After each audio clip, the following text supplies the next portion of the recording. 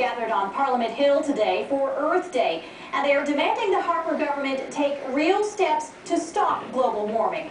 And as 8 Channel's Jennifer Madigan shows us, it is a warm-up for what we can expect to see as we get closer to yet another federal election.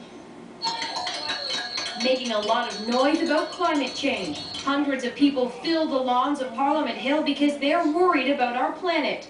And it was young people leading the charge. I can remember being in grade 6 and them making these threats about, crazy temperatures, flooding, and we're seeing that now. And I think that if we don't take issue with what's happening in our Canadian politics and with our policies, then nothing's going to change. Stephen Harper, are you there?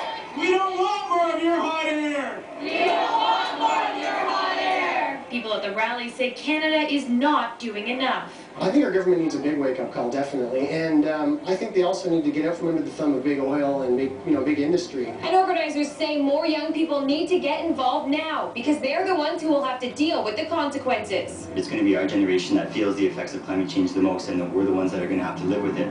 So I think it's a real issue that we're going to have to start paying attention to.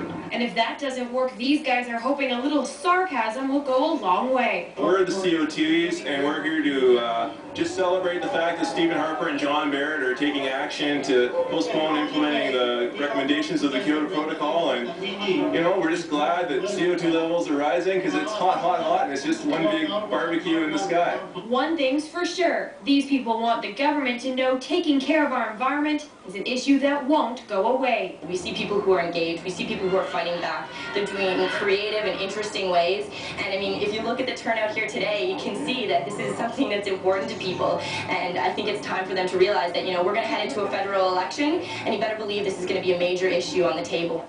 In Ottawa, Jennifer Madigan, 8 Channel News. Canada's Environment Minister was in town to celebrate Earth Day. John